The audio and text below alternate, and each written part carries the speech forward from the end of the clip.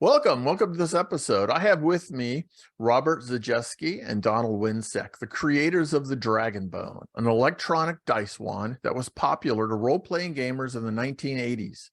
I first saw this device as a teenager when it was advertised in Dragon magazine by their company, DB Enterprises. Today, we're going to talk with them about electronic design, gaming, and the history of the DragonBone. Welcome, gentlemen. Hi, Stuart. How you doing? Hanging in there. So the first question is if you guys could just introduce yourselves, maybe, if you were like at a conference or something, can you each introduce yourselves? Don? Sure, yeah. My name is Don Wiencek, and so we I don't know, we kind of did it more as a hobby. We just had some ideas. We used to play Dungeons and Dragons a lot, enjoyed it. Kind of got tired of bad dice and dice falling off the table, and just kind of just sat around one day and said, hey, we should do something, and we did, which is unusual. We actually did something. What about you, Bob? Yeah, I'm Bob Zajeski. I'm president of Zeta Engineering. It's a product development company. Background is I'm an aerospace engineer and I have a master's in business and professional engineer. So I'm overqualified for my job. So, Don and I met back at a company called Panduit back in when was that? The 80s, early 80s. Yep. We were both in the product development area, research and development for the company, and so we kind of have it in our blood of being designers and entrepreneurs. Yeah, absolutely. I love your enterprise image in the back. That's awesome. Thanks. Yeah. How did you guys form and create DB Enterprises? Was it because of the DragonBone, or had you other ideas at the time? What kind of drove it? Well, it's gonna blame Don's wife. It's always the wife. she bought what was that, the game she bought, the original D&D game or something, or original Dungeons and Dragons for Christmas present. Yes. Yeah, the box set. I had the basic box set myself. Exactly. Yep. Yeah. So I got that as a Christmas present, and started, hey, this is good, and talked to people who we worked with, including Bob, and hey, we should try playing this. And we did, and we liked it. And that's what got us going. Yeah. The only irritating thing is that every time we rolled a die, it fell on the floor. So yeah. Being entrepreneurs, they're like, hey, there's got to be a better way of doing this. Yeah, I like that. You see the problem and you're like, hey, I can fix this. I know how to make this or do this. So that was basically your first product, was the DragonBone? Yes. Yeah. And but besides the dice falling on the floor, I mean, how did that process work? You had a lot of prototypes. So kind of walk me through what you guys did. we were trying to remember back then, because I remember that there was no internet back then. Right, exactly. You had probably some TTL data books from TI. You flip through them. I've got some on my shelf as well, but trying to figure out, what pieces you need to put this together. So were you doing digital design already? No, there was no CAD. There was no CAD. But we're both mechanical engineers. Okay. So we figured, hey, how hard can this be? So to your point, we started looking for books, and I believe I got the original circuit. I mean, you, in your previous YouTube video, you talked about the timing circuit. That's what we used. And I found a book at Radio Shack. And yes, and it had different designs, different electronic designs for different applications. And I saw this timer design and said, oh, that's not so hard. Right. So that's what we built it off of. That was probably a Forrest Mims book. Forrest Mims is an author who just produced all these great engineering notebooks that were sold at Radio Shack. They were fantastic. As a kid, I would even buy them. So I know exactly what you're talking about. Forrest Mims is the cause of a lot of people going into engineering and probably letting the magic smoke out of a lot of electronics as well. So pretty neat stuff. So when I was looking through some of the original photos, it looked like the DragonBone was more like PVC tube like, at least at one point, and then it kind of changed shape. How did that evolve? Yeah, I can show you. I'll see if I can put up, you mean like this? Exactly. Yes. Yep. And it was PVC, it looks like. I mean, it really, okay. You can see the inside. Yeah. So you use the 9-volt. Okay. Yeah, 9-volt, but yeah, there's the, I'm trying to make sure it doesn't get blurry. That's okay. It is, but I'll put it up an image of one also. That is awesome. So the bottom, so when I tried to remake one, yeah, the bottom switch, what is that? What actually is that? Is that just obviously it's a multi-way switch connected to the cap, I guess. I mean, it sounds like it shouldn't be complicated, but I could not find one that had as many settings for each of the dice, including the slides. I could not even find a slide that would do that, but maybe I didn't look hard enough. Well, no, I think about it. That's rotary switches and slide switches of those numbers are pretty old school. They don't exist anymore. So those were there was a lot of them around back in the time when we were doing this. A lot of rotary switches and a lot of slides. Right. So you went through some kind of prototyping stage, it looks like, and you obviously sold them with the PVC design, because I've seen some of those shown. Yeah, we didn't want to spend money on a mold. Back then molds were very expensive. Yeah. So we came up with this design where we're just, the DragonBone, we might make it look like a bone. So we found, PVC tubing without any printing on it. We borrowed the CNC machine from where we worked. We did it after hours and drilled all the holes in there, and very rudimentary assembly, a couple screws and a piece of foam and standard end caps. It's pretty much all standard caps except for their circuit board, which Don designed. Again, he said he's a mechanical engineer and he designed an electronic board, which you think about it, that's, pretty good accomplishment. So did you guys actually have a PCB board made that you then soldered the parts on, or were you hand putting this together? How did that work? Yeah, we were hand soldering initially, and then we found a company that would actually put them together for us. It was there were how many LEDs on there? 20. Right. Yeah, there's like 19 for the numbers, if I remember right, and then you've got one for your status or power, so 20. So we got really good at soldering there for a while. I bet. So this was kind of like, nowadays a lot of people, they'll say, oh, I'll have a side gig, this is my side gig kind of thing. It could be Uber delivering food, it could be electronics, whatever it is. So this was kind of like your side gigs at the time.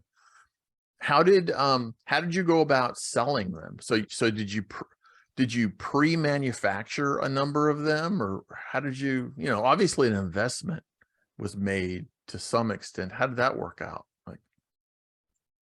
We built, I think, maybe 500 at a time.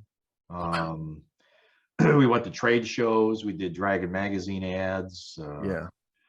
Again, there was no internet, so we were laughing because we were trying to remember that. How did we take a credit card at the show, and we had the crank things with the carbon on there, and that's how we were getting paid for it. I'm like, holy cow! I couldn't believe we did that.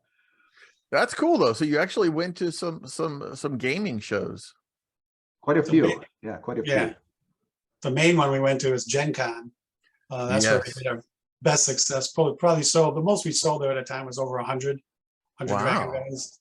At the time, that we were happy with that. And that's actually quite a few. That's impressive. Yeah, and through the Dragon magazine, we're also laughing. Again, no internet. So if someone wanted to order one off of Dragon magazine, they would send us a check. So think about that. We'd get a check in the mail, and then we would send out. I had always wanted. So I grew up in Florida. And I know that you guys are just a little south of me. I'm actually in Wisconsin. Okay. And so I had never been to a Gen Con. And just recently I got to go to Lake Geneva, and I got to see the plaque. There's actually a plaque on the ground, for TSR. And I just thought it was one of the cooler things I had seen, because I mean, I was big into D&D as a teenager as well. Every summer it was just a blast. And it's so interesting because I would pick up those Dragon magazines and I would see your ads for that DragonBone and thought it was the coolest thing, you know. So it's very impressive. I mean, at the time, there are still people. I don't know if you've noticed on YouTube. There's actually a DM who he's still playing it. He's older, but he actually has his DragonBone and he's shown it on his show once or twice. Blast from the RPG past. I found this little baby in some old RPG things I had. It is the DragonBone. Let's go to the table and I'll show you how it works. So you guys should feel great. People still really appreciate these things. And, you know, it has a retro feel to it, but it's just, that's what makes it so cool, you know? Yeah, it was fun. We had a lot of fun doing it. Yeah, there's a lot of stories going to trade shows, staying in questionable areas, you know, because, you know, you're on a low budget. So did you guys ever get to so obviously you probably used your own product as well. So when you were at any of these trade shows, did you get any games going, or, you know, did you meet anybody you want to talk about? We met, who was that guy? He signed my Monsters manual. What was his name? one of the artists, or yeah, one Tracy. Jeez, I should go. Yeah, one of the artists. Yep. Yeah, that's cool. Very cool. Yeah, but we did do it. Part of our marketing strategy was to host games and use and give DragonBones to the people to use during the game, right? Get them more acclimated to it, you know. So it's, you know, back in those days, it was very hard to market, and it was very satisfying. Yeah, I bet. Have you thought about maybe trying to bring it back? Well, we did. We had a next version, next generation. We were calling it the Master's Hand. And it was any sided die, and it was same principle, clocking, right? But you could actually put in like if you wanted to roll like a 6d6 fireball, you hit 6, then there was a D and then 6, and then you hit it 6 times and would give you your total. So it was we had it all pretty much designed, but never went through with it. That was interesting because that was microprocessor based. It was a 4-bit microcomputer. So again, I was a mechanical engineer, but I had to learn how to program at the base level of a microprocessor. You know, not a program per se, but all these ones and zeros and bits. That was and compile it. It was quite the challenge. But we got the prototype to work, but we never took it to market. Okay. Yeah, it's I know somewhere. I don't know where it's at, but you actually sent me a photo, I think, when I first reached out to you, kind of a like a CAD drawing of one that had an LCD screen on it. That's the Master's Hand. Yeah. In between that one though, we did do another one that was injection molded because we had some success. So we did go, and we'll see if that comes up okay. Yeah. Yeah, exactly. That's the one that I actually am more familiar with. So, so when did you go that route? Exactly. When did you go that route? Still works too. I'm jealous. I want one. When did you go with the injected molding? At what point did you say, well, you know, we're selling these, let's make the investment and have this built out? Yeah, good question. Was it 2 years? 2 years into it? Probably about 2 years. No more than 2. About 2. Yeah. But besides the casing, did anything else change at that time? Was there anything different that you had implemented? No, same principles of operation. A little more, you know, since we were injection molding, we had more custom, you know, the slide switch. We had a nice slide switch on it. Yeah.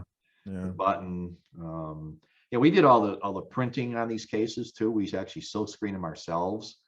Oh, that's right. We did experiment with different colors. You know, Don's got a red and black one there that we kind of played with. I have all black with yellow lettering.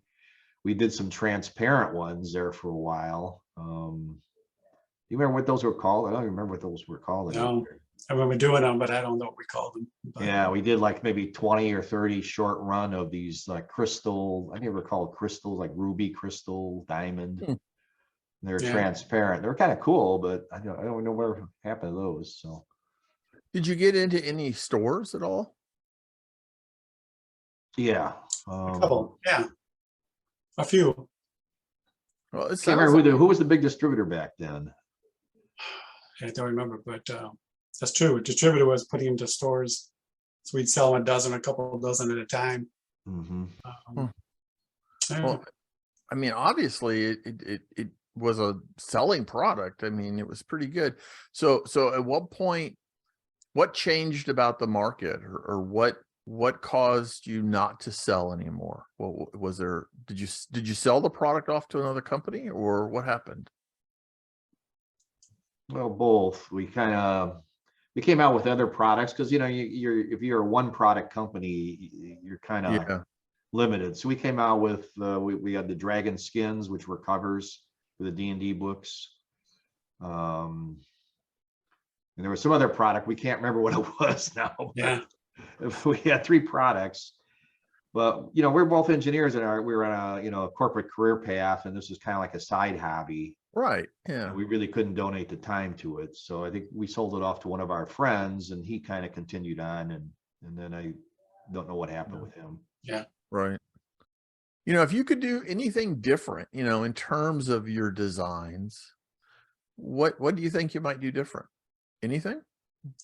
Well, I think because we had to do anything different, it would have been nice to go to market with that we call the master's hand, Yeah. which was the programmable one, just to see how it did, because it could do an awful lot of things. It would have been interesting, but as Bob said, things change, life goes on. We both had very successful careers, and so, you know, you can only go so far. But Right. I would have loved to see how that product would have worked.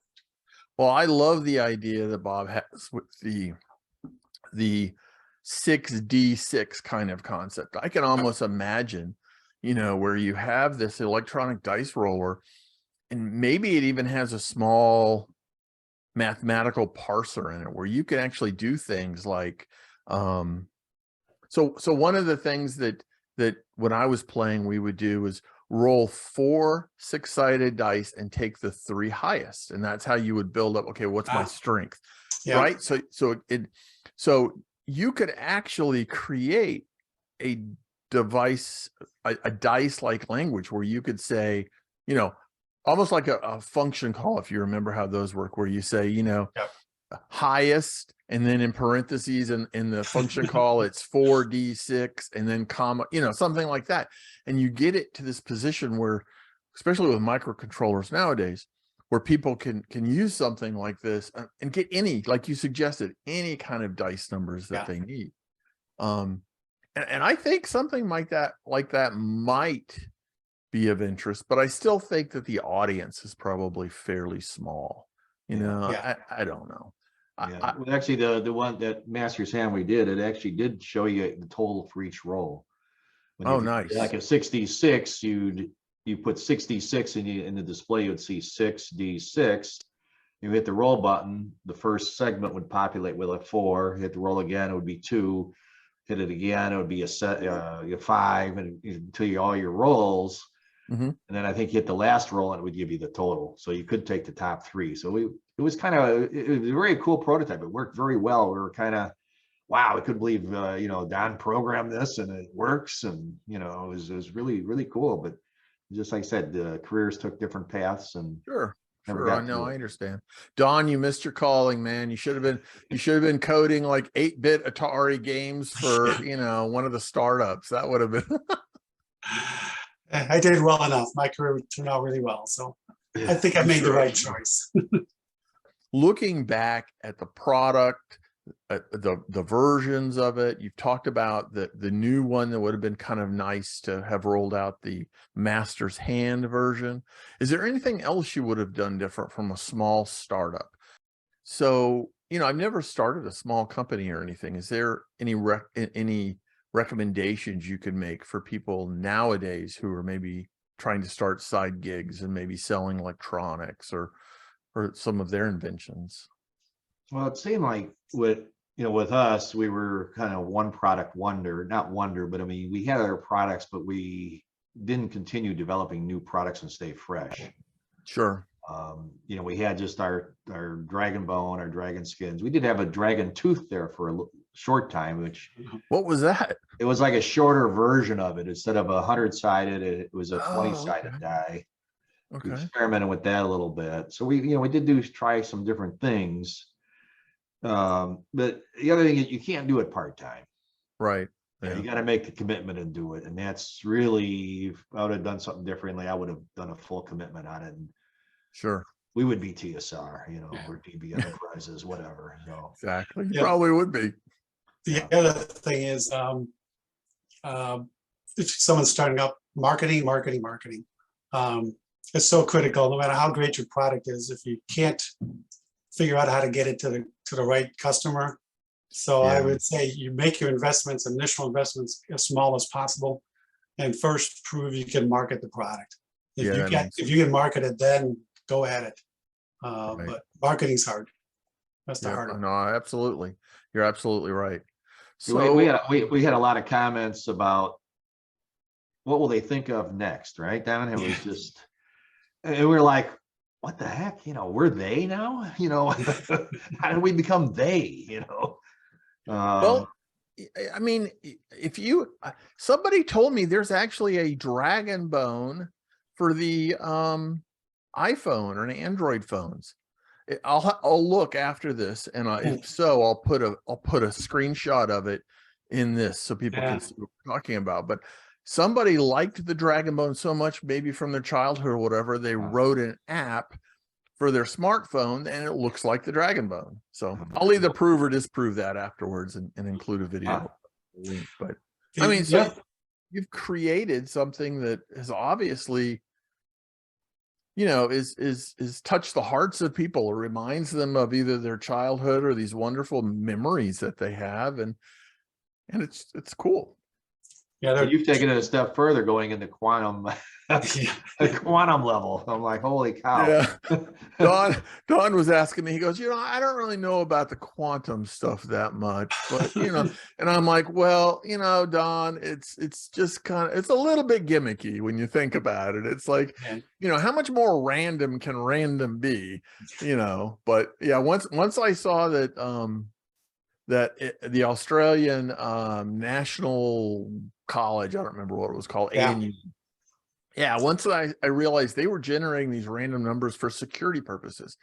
They generate it from this noise, basically of the quantum vacuum, whatever that really is, I don't know. And but being able to pull those numbers was kind of fun, and it gives it that kind of cool retro kind of sci-fi vibe in a way. it does. Yeah, that is good. It does feel a little flare of magic to it too. Yeah. Like, ooh, pretty cool.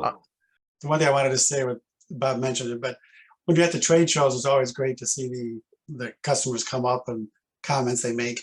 Most are very positive. Well, like Bob said, this is great. What will they think of next? But then the flip side is, I don't trust that. I'll never give up my dice. People had some of them had a very emotional attachment to their dice, and they really have nothing at all to do with the DragonBone. They just I remember reading, and that's why I commented on it in one of my videos. I remember reading in Dragon Magazine where some DM had written in to say, I don't believe it's random enough, it's pseudo random, and I won't let my players use it. And I'm just thinking to myself, I mean, this is a game. I mean, you're really blowing it out of proportion. You don't even need quantum vacuum numbers. You don't even need, it's a game. Come on. It's a game. Again, being engineers, Bob and I know about tolerances. And did you measure your dice? Do you know that every surface is exactly the same? Exactly. On a 20-sided die. Right. It's like, plus the ad. Like, you throw those on the ground a few times, or they hit the table hard enough. Yeah, you're changing your randomness there for certain. A lot of variables. Well, I appreciate talking with you gentlemen today. Do you have anything you'd like to share in closing? Yeah, the only thing I want to say is that we like to call ourselves, we were the mother and the father of the DragonBone, but we haven't determined who's who still to this day. Well, I have to admit that I never imagined as that teenager flipping through and going, DragonBone, that one day I would be talking to the creators. So I consider myself extremely lucky to have spoken to both of you. And you created, one of the most awesome things in gaming at that time. And people still love it. People still, I'm trying to think of the right word, but it is on that gaming pedestal, if you will. So people, when they think of gaming and they think of the 80s, DragonBone is one of those items, iconic items. Iconic, there you go. An iconic item for the times. What do you think, Mother? Is it time to bring it back? I think you guys should consider it. I'm being honest. You pull out the Master's Hand version and you'd be amazed. You guys should check out like Kickstarter.com, or I think it's .com. There's all sorts of things that people are coming up with nowadays. But I know. We thank you too for bringing this back. It does bring a lot of good memories back too. So thank you for continuing in our work.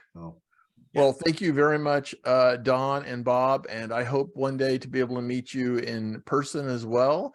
It would be awesome to be able to shake your hands, gentlemen. Thank you very much. Sounds good. Thanks, Howard. Thank you. All right, guys, have a good evening. You too. Bye. Bye-bye.